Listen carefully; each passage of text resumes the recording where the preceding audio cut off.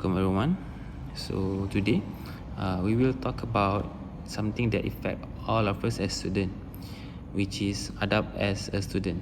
And now we all heard about the importance of education, where it emphasized everywhere, from our families to our community, and most importantly in our faith. But education isn't just about scoring high grade or getting degrees. It's about the manner in which we approach learning, interact with our teacher, and conduct ourselves. And in Islam, seeking knowledge is not just a duty but a form of worship. Think about that for a second. Every moment we spend learning, whether it's solving a math problem, reading books, or even just listening to a lecture, it is an act that brings us closer to Allah. That's why Adab as student, our ethic and conduct matters so much. So today, I will start with to discuss two key principles of Adab as a student, which are respect for knowledge and teachers, and second one, commitment to learning. These principles are not just guidelines; they are a way of life that shapes us into better individual and better contributor to society. So let us start with the first principle: respect for knowledge and teachers. Knowledge holds a special place in Islam. It is so highly regarded that the very first word revealed in the Quran was Iqra, read. This shows that seeking knowledge is one of the most important acts we can engage in. But why is knowledge so important? Because it empowers us. It allows us to make informed decisions, understand the world around us, and fulfill our responsibility with wisdom and insight. Now, alongside respecting knowledge itself, we must also show respect to those who guide us in acquiring it, our teachers. Teachers are not just instructors, but they are mentors, role models, and in many ways, caretakers of our intellectual and spiritual growth. And there's a hadith that beautifully illustrates this. Narrated from ABDUL, the scholars are the inheritors of the prophets. This means that teachers and scholars play a role similar to that of the prophets. They guide us toward the truth and help us navigate life with knowledge and wisdom. So how do we show this respect in our daily life? It can be as simple as listening during class, avoiding distraction like chatting or scrolling on our phones, and asking thoughtful questions to show our engagement. Respect also means expressing gratitude. Something as simple as saying thank you teacher are the examples. And let not forget non-verbal action.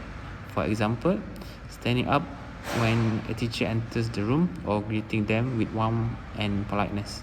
This gesture, thought small, reflect our deep appreciation for the effort they put in educating us. And the second principle is commitment to learning. This is where our role as a student truly shine. Learning is not a passive process. It requires dedication and hard work, also perseverance.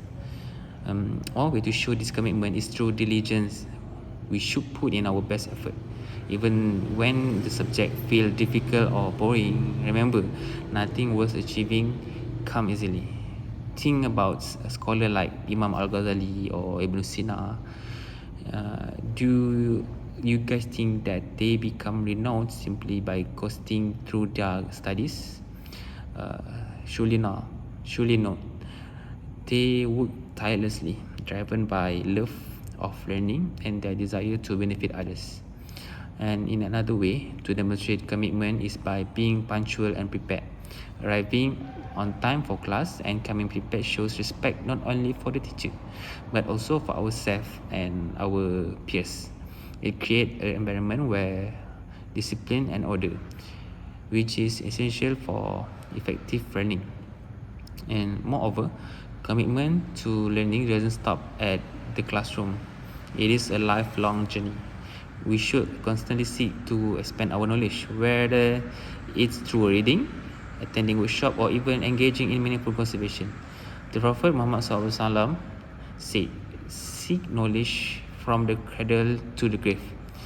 This highlights the idea that learning is a continuous process that doesn't have an endpoint.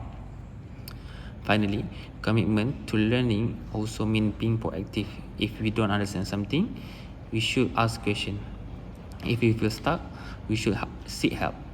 There's no shame in admitting we don't know something. It is actually the first step toward learning. That's all from me. Pass to the second presenter. Now, let's move to the third point, which is ethical conduct. Let us first focus on the concept of ethical conduct, which is central to our role as students and members of a learning community. At the heart of ethical behavior lies honesty and integrity. As students, this means that our work should be a reflection of our own efforts and understanding. Cheating on exams, copying assignment, or engaging in plagiarism not only compromises our character, but also undermines the very purpose of education. True learning occurs when we embrace challenges, make mistakes, and grow from them. Integrity also extends to being truthful in all aspects of our academic journey. Whether it is admitting to a mistake or acknowledging when we do not know something, honesty builds character and trust. It is far more valuable to admit our limitation and seek guidance than to deceive others or ourselves. Another cornerstone of ethical conduct is trustworthiness. This goes beyond merely following rules. It involves being dependable and responsible. Meeting deadlines, completing assignments, and honoring commitments show reliability. When teachers and classmates can trust us, it creates a positive environment where everyone can thrive. Islam places a high emphasis on honesty and trustworthiness. The hadith of the Prophet Muhammad SAW says, "Whoever deceives is not of us." Riwayat Muslim. This powerful statement serves as a reminder that deceit and dishonesty go against the values we are meant to uphold. It teaches us to value sincerity in our action and to pursue knowledge with purity of intention. Academic success achieved through unethical means holds no real value because it lacks the essence of true growth and learning. Next, we go to the fourth point, which is interpersonal behavior. Equally important to our academic success is the way we treat those around us, our classmates, teachers, and peers. Respect for fellow students is an essential value. This means acknowledging the dignity of every individual, regardless of their background, beliefs, or perspective. It is important to listen actively, avoid interrupting, and engage in discussion with consideration for others' feelings. Respect creates a space where everyone feels valued, enabling collaborative learning and mutual growth. Teamwork and collaboration are equally vital. As students, we often find ourselves working together in group projects or study sessions. These experiences are more than just academic exercises. There are opportunities to build relationships, share knowledge, and develop essential life skills. When we work as a team, we learn to communicate effectively, delegate responsibilities, and support one another. This cooperation not only enhances our academic outcome, but also fosters a sense of unity and camaraderie.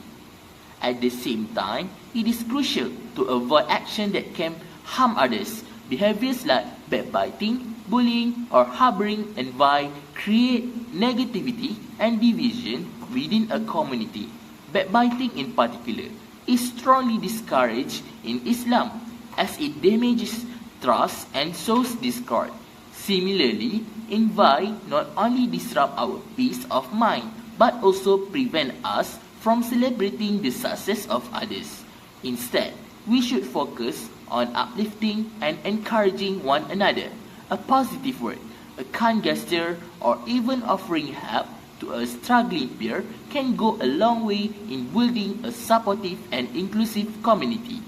When we align our interpersonal behavior with kindness, respect, and compassion, we contribute to a learning environment where everyone can thrive. In these small, everyday actions that define our character and leave a lasting impact on those around us. So we will continue. Next is personal conduct. As a person, we must have self-discipline. Self-discipline is, for example, exercise yourself, control and discipline in one's study and behavior. So next is humility. Remaining humble and open, learning from others, regardless of their age of steps. For example, if we go to the survival methods, we go to the campsite, we have to learn from the elders and heard what he said. This can increase our chance to survive in the dead forest. So next, show gratitude toward others. After you getting some appreciation or gift or anything else, you must give some showing gratitude to others. By showing gratitude, it's an opportunity to learn and the efforts to teach and support the one education. So next is spiritual and moral development. As a person, we must have a balancing knowledge and faith. Integrate academic knowledge with spiritual and moral values. For example, discipline yourself when during the class. You have to reflecting on your action. Also, regularly reflect on one conduct and strive for personal improvement. And next, we can see from the hadith, it said, seeking knowledge is an obligation upon every Muslim, by Ibn Majah. So that's how we can. That's how the adab towards teachers, and that's as adab as a student. In conclusion,